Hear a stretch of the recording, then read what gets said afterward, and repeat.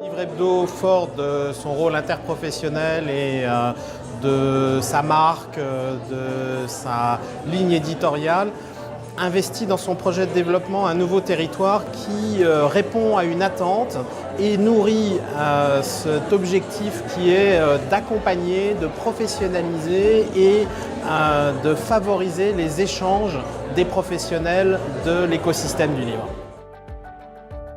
C'est la première fois qu'on organisait un forum sous cette forme-là. C'est-à-dire qu'on est sur un concept avec une soixantaine de participants. On a vraiment la volonté de créer une sorte d'atelier professionnel en fait, dans lequel il y a un échange entre des personnalités du secteur et puis des professionnels de tous les métiers du livre. Je trouve qu'une rencontre de ce type-là, c'est déjà en soi formidable qu'elle puisse avoir lieu. J'étais très étonnée par le fait qu'il y ait autant de gens, que ces questions qui pouvaient apparaître comme techniques et qu'on fasse des allers-retours entre des considérations qui sont des considérations de cuisine d'éditeur à des sujets plus larges comme l'avenir de la lecture.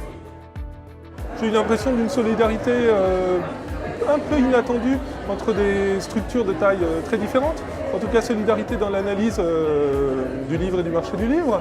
Et puis, en étant un peu titillé peut-être sur le devenir et le défi de la longévité des petites structures, dont j'ai tenu à rappeler qu'elles apportaient un vent de respiration et de renouvellement énorme à l'échelle des maisons d'édition.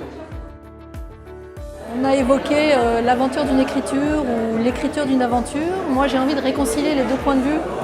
Et je pense que si on doit favoriser la lecture, en particulier auprès des jeunes, il faut absolument les réconcilier avec l'apprentissage et ensuite avec la pratique de la lecture.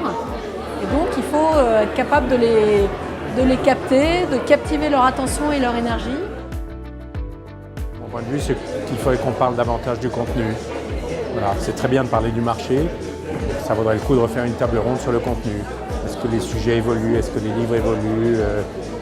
Quelle est la nature et les profils des nouveaux écrivains? Est-ce que nos choix et nos critères de sélection sont différents?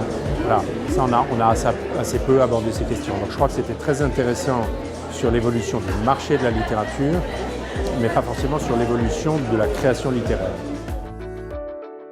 Notre prochain forum est prévu le 6 juin. Nous le consacrerons à la librairie avec plusieurs libraires qui viendront présenter des projets innovants qu'ils ont mis en œuvre dans leurs magasins.